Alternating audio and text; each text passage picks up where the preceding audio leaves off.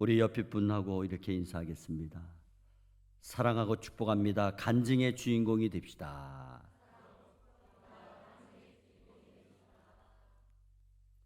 오늘 봉독한 말씀을 가지고 사도 바울의 신앙 간증이라는 제목으로 함께 은혜를 나누려고 합니다.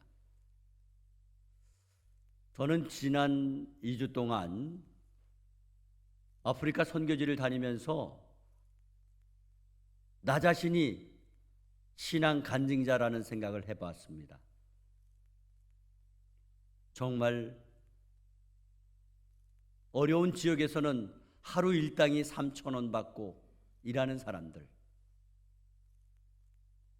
일이 없어서 빈둥빈둥 거리며 정말 삶의 고통이 무엇인지도 인식하지 못한 채 그저 살아가는 그 사람들, 그들에게 예수 믿고 복받은 우리나라와 또한 선교사님들의 그 복음에 대한 진지한 모습들을 함께 나누면서 은혜를 받고 때론 눈물이 나오고 때로는 감사가 넘치는 그런 시간이었습니다.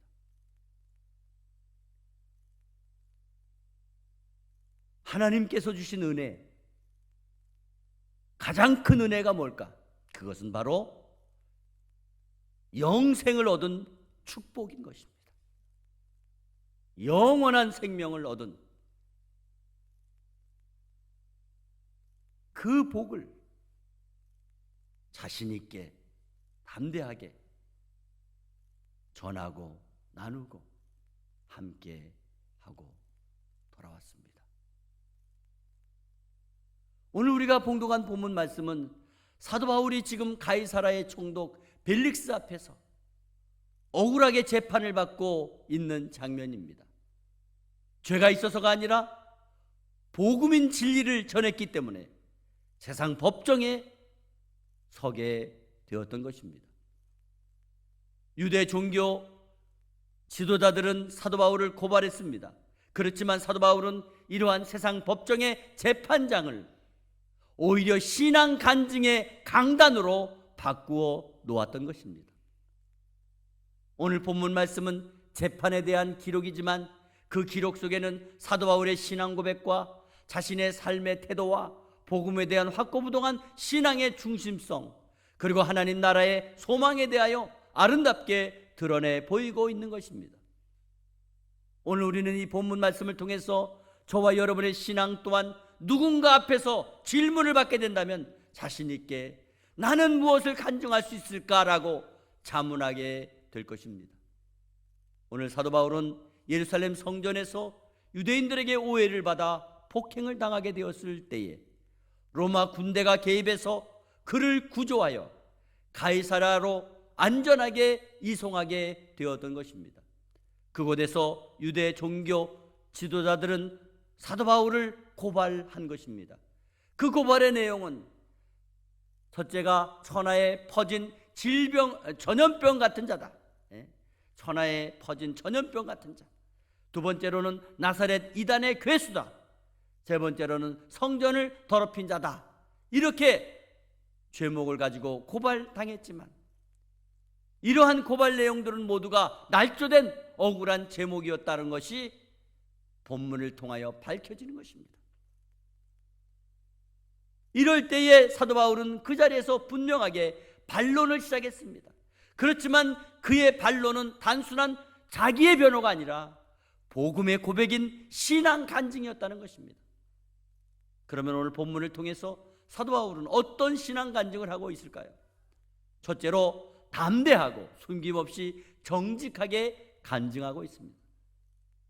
오늘 본문 10절 말씀에 벨릭스 총독이 사도 바울에게 변명할 기회를 주자 즉시 대답했습니다. 내가 당신이 여러 해 전부터 이 민족의 재판장 된 줄을 알고 내 사건에 대하여 기꺼이 변명하나이다. 여기 기꺼이라고 하는 말씀은 헬라어로 담대하다, 평안하다, 기쁜 마음으로 그런 뜻입니다. 즉 재판장 앞에서 말하는 것이 두렵지 않다는 것을 밝히고 있습니다. 어떻게 사도 바울이 그렇게 재판장 앞에서 담대할 수 있겠습니까? 혹시 여러분들 법정에 가본 적 있어요? 저는 법정에 재판 받는데 가본 적이 있어요. 엄숙하더라고요. 그 분위기가 꼭 죄인 아닌 사람도 죄인 같은 그런 엄격한 그런 모습이 있어요. 그런데 오늘 사도 바울은 자기가 피고인 입장에 섰는데도 고발당한 자로서 담대했다는 거예요. 담대했어요. 어떻게 그렇게 담대할 수 있었을까요? 그것은 먼저 신앙의 양심이 깨끗하기 때문이고 복음의 진리 안에 있기 때문이고 살아계신 하나님만 의지하고 바라보기 때문인 줄 믿습니다. 그렇습니다. 성도는 세상 권력 앞에 사는 것이 아니라 항상 하나님 앞에 사는 사람입니다. 그래서 어떤 세상의 권력 앞에서도 양심에 거리끼는 것이 없다면 두려울 것이 없습니다.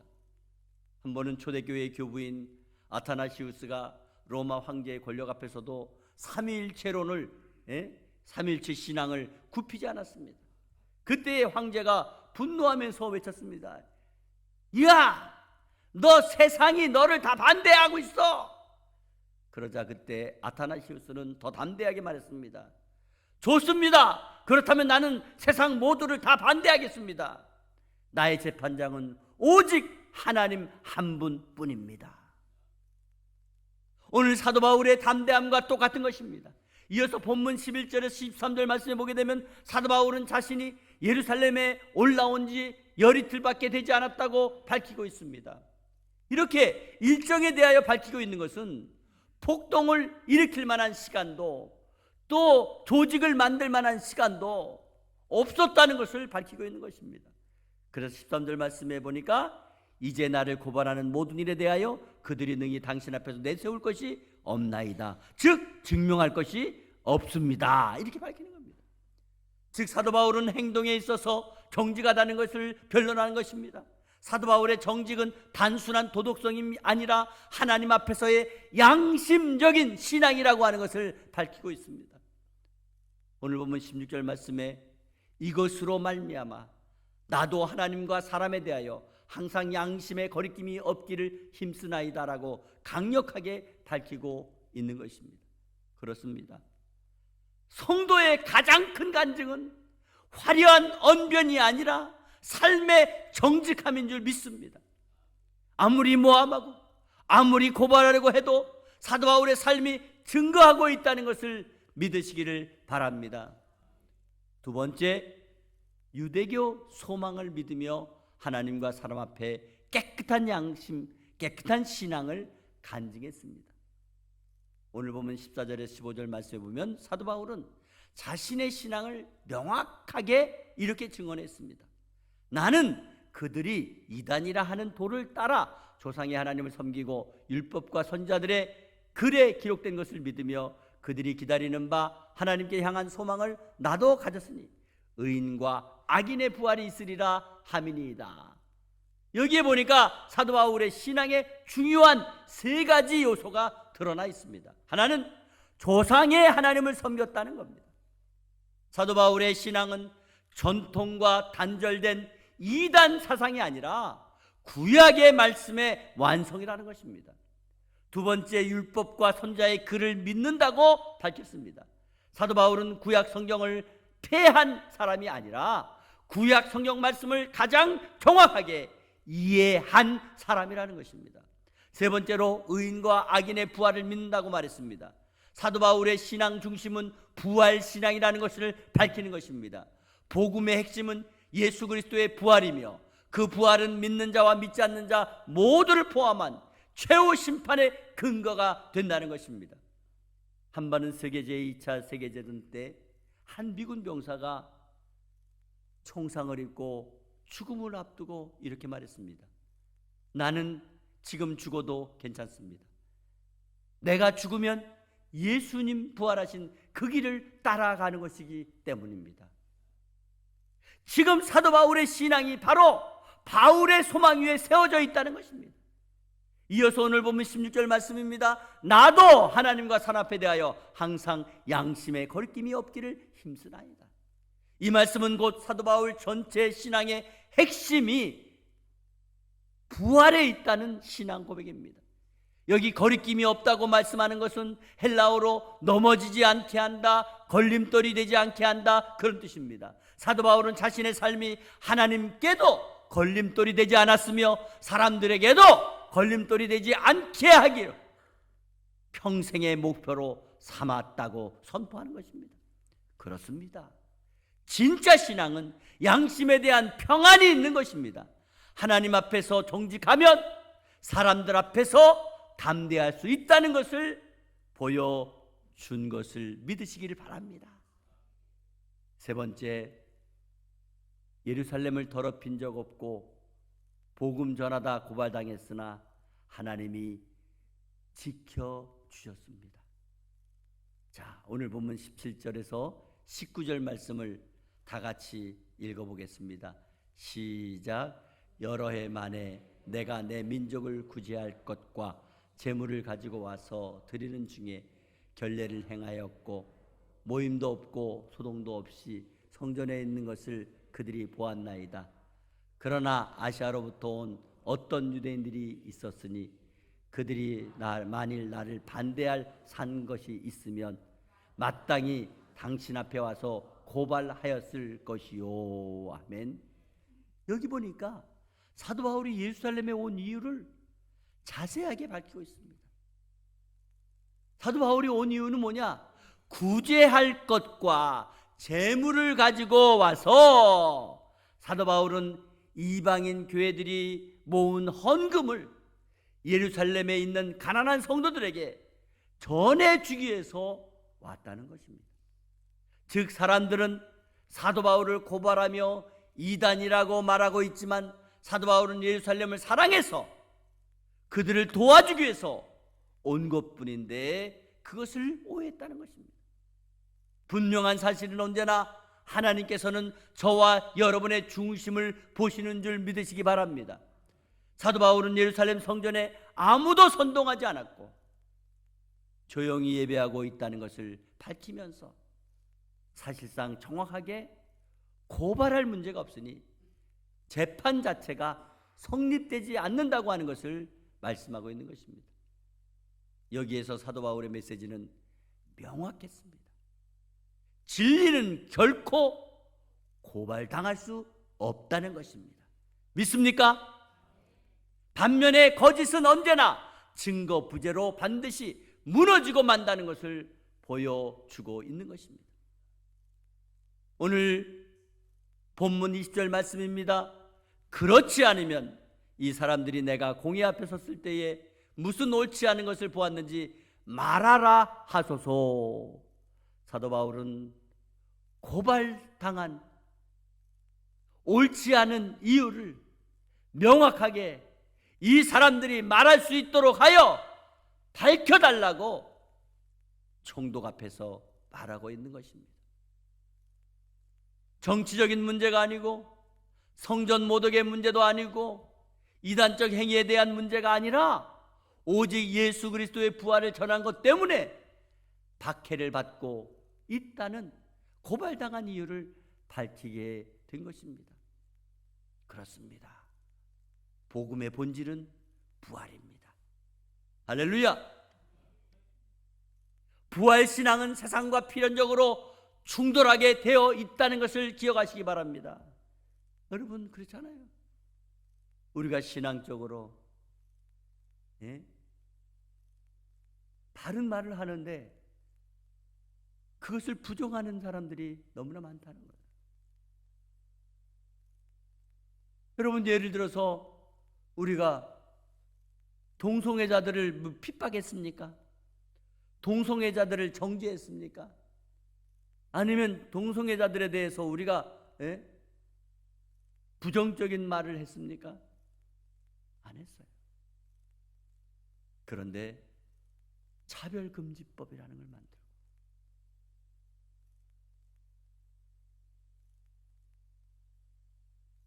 여러분, 학교에서 선생님들이 학생들의 인권을 침해했습니까? 그러면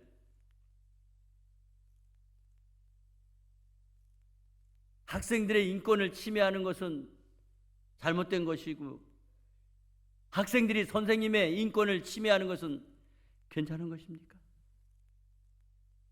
앞뒤가 안 맞아요. 앞뒤가 안 맞아요. 이게 세상이에요. 그래서 우리는 필연적으로 세상과 충돌하게 되어 있다는 거예요.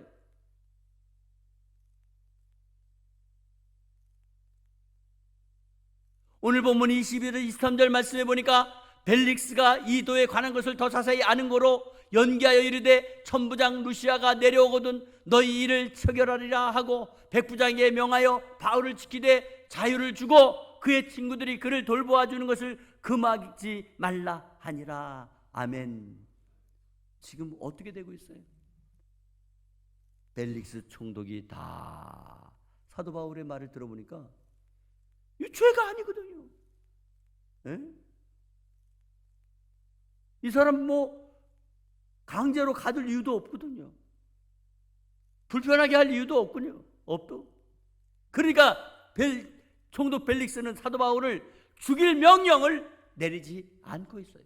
오히려 사도 바울의 말을 듣고 백부장에게 지시하여 사도 바울을 가벼운 구금 상태에 두고 그의 친구들이 그를 마음껏 도울 수 있도록 허락해 주라고 명하고 있습니다.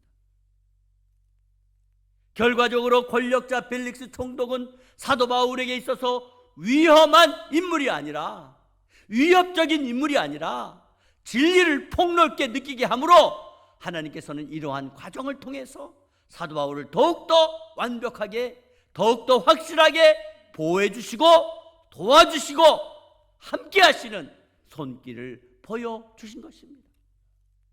그렇습니다.